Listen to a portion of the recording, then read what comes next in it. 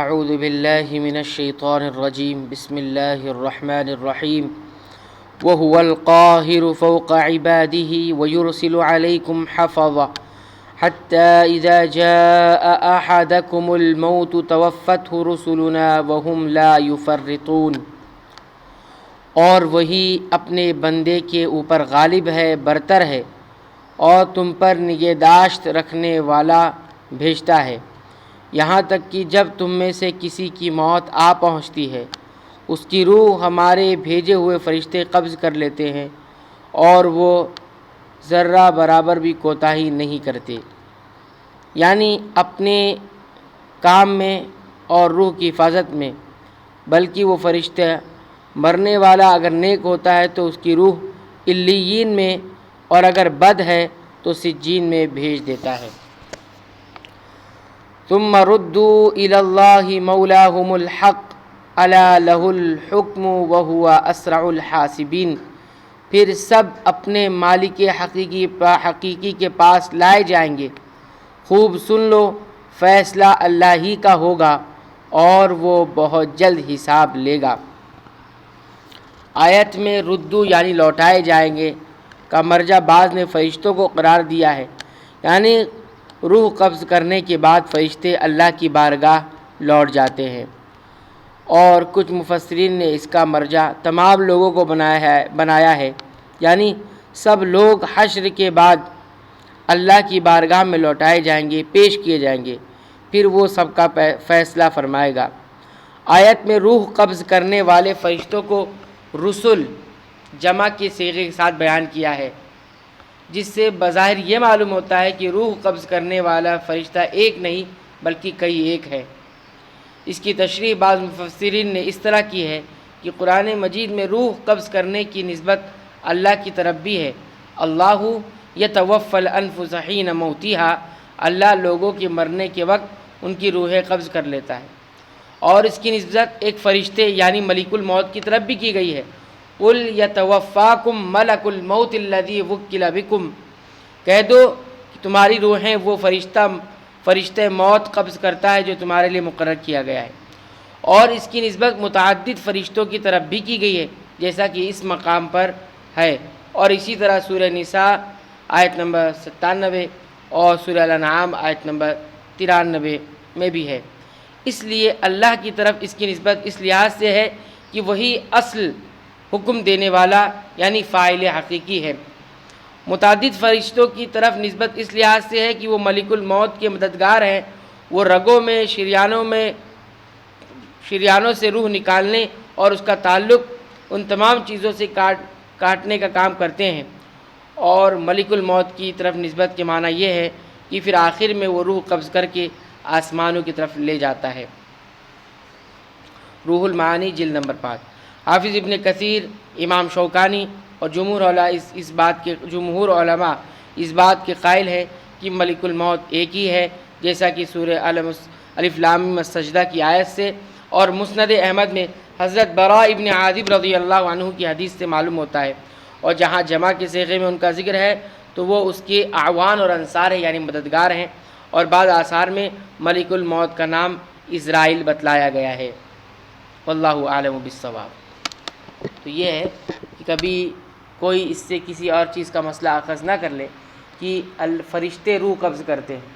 یا ایک فرشتہ روح قبض کرتا ہے، یا پھر اللہ روح قبض کرتا ہے۔ تو اللہ روح قبض کرنے کا مطلب یہ ہوتا ہے کہ اصل اللہ ہی کے ہاتھ میں، یہ حکم اسی کا ہے،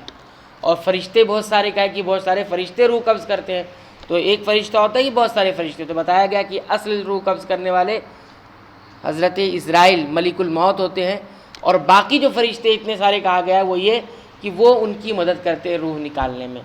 جیسے بتایا گیا کہ شریانوں اور رگوں سے روح نکالنے میں مدد کرتے ہیں۔ پھر آخری جو روح نکالنے کا مرحلہ ہوتا ہے وہ کون طے کرتا ہے؟ ملک الموت طے کرتا ہے۔ تو اس طرح سے قرآن مجید میں 3 باتیں کہی گئی ہے، تو اس کا اس طرح سے تطبیق کر سکتے ہیں۔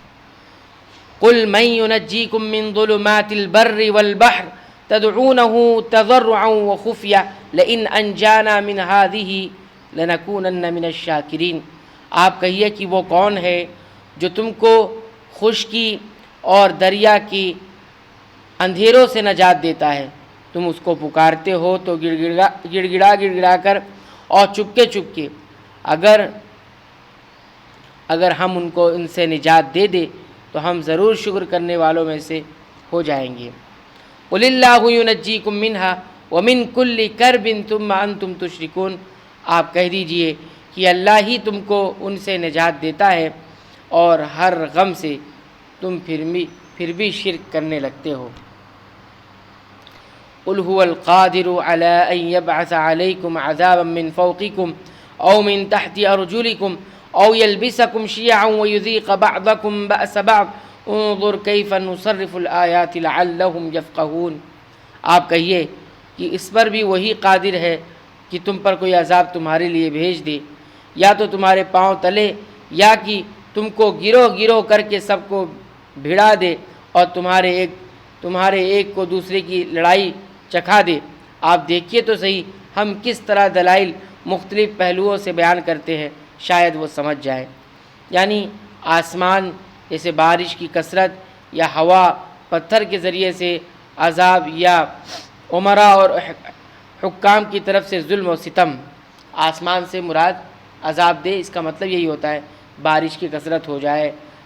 ہوائیں تیز چلنے لگ جائے، پتھر کے ذریعے عذاب آ جائے، اور اس سے مراد یہ بھی ہے کہ حکام تم پر ایسے ظالم حکمراں آ جائے جو ظلم و ستم کرے، یہ بھی عذاب کی شکل ہے۔ اور زمین سے مطلب یہ ہے جیسے دھسا دیا جانا، زمین میں طوفانی سیلاب آ جائے جس میں سب کچھ غرق ہو جائے، یا مراد ہے کہ ماتحتوں، غلاموں اور نوکروں چاکروں کی طرف سے عذاب کہ وہ بددیانت اور خائن ہو جائے، یہ بھی زمینی عذاب کی ایک شکل ہے کہ آپ کے ماتحت جو رہتے ہیں وہ سب نوکر چاکر یہ سارے بددیانت نکل جائے، بے ایمان نکل جائے، یہ بھی عذاب ہے۔ یلبسکم ای یخلط امرکم، تمہارے معاملے کو خلط ملط یا مشتبہ کر دے جس کی وجہ سے تم گروہوں اور جماعتوں میں بٹ جاؤ۔ وَيُذِيقَ ای یقتل بعضکم ببعض،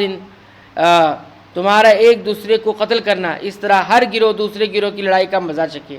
حدیث میں آتا ہے کہ نبی کریم صلی اللہ علیہ وسلم نے فرمایا کہ میں نے اللہ تعالیٰ سے 3 دعائیں کی۔ نمبر 1، میری امت غرق کے ذریعے ہلاک نہ کی جائے، ڈوبا کر ہلاک نہ کی جائے۔ نمبر 2، قحط عام کے ذریعے سے اس کی تباہی نہ ہو، یعنی ایک دم قحط سالی ہو جائے اور پوری امت ختم ہو جائے۔ اللہ تعالیٰ نے پہلی 2 دعائیں قبول فرما لی، تیسری دعا سے مجھے روک دیا گیا۔ یہ صحیح مسلم کی روایت ہے۔ یعنی اللہ تعالیٰ کے علم میں یہ بات تھی کہ امت محمدیہ میں اختلاف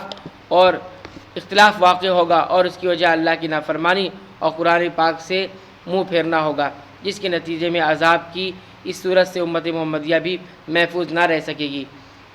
تیسری دعا یہ کی تھی کہ اختلاف نہ ہو، اختلاف میں نہ لگے، لیکن اللہ نے یہ دعا قبول نہیں کی، یعنی اختلاف ہوگی، یہ ہلاک ہوگی۔ گویا اس کا تعلق اس اللہ کی سنت سے ہے جو قوموں کے اخلاق اور کردار کے بارے میں ہمیشہ رہی ہے، جس میں تبدیلی ممکن نہیں ہے۔ فَلَن تَجِدَ لِسُنَّتِ اللَّهِ تَبْدِيلًا وَلَن تَجِدَ لِسُنَّتِ اللَّهِ تَحْوِيلًا، اللہ نے خود کہا ہے کہ تم اللہ کی جو سنت رہی ہے، جو طریقہ کار رہا ہے پہلے سے، اس میں کبھی کوئی تبدیلی نہیں پاؤ گے۔ اللہ نے ایک قانون بنایا ہے کہ قومیں اپنے اخلاق کو بگاڑے گی اور آپس میں ایک دوسرے سے قرآن و حدیث کو چھوڑ کر اختلاف کرے گی، تو اسی طرح لڑ بھڑ کر ہلاک ہوتی رہے گی، یہ عذاب ہوگا۔ تو یہ تیسری جو دعا نبی کریم صلی اللہ علیہ وسلم نے کی تھی وہ قبول اللہ نے نہیں کی، کیونکہ اللہ نے یہ طے کیا ہوا تھا۔ اس وجہ سے امت میں اختلاف پیدا ہو رہا ہے، اور اس میں آپس میں لوگ لڑ رہے ہیں اختلاف کر کے، اور ایک دوسرے کو نقصان پہنچا رہے ہیں۔ اللہ تعالیٰ سے دعا ہے رب العالمین تو ہمیں قرآن آیات کے مطابق اپنے ایمان، عقیدے اور اعمال کی اصلاح کی توفیق عنایت فرما، آمین۔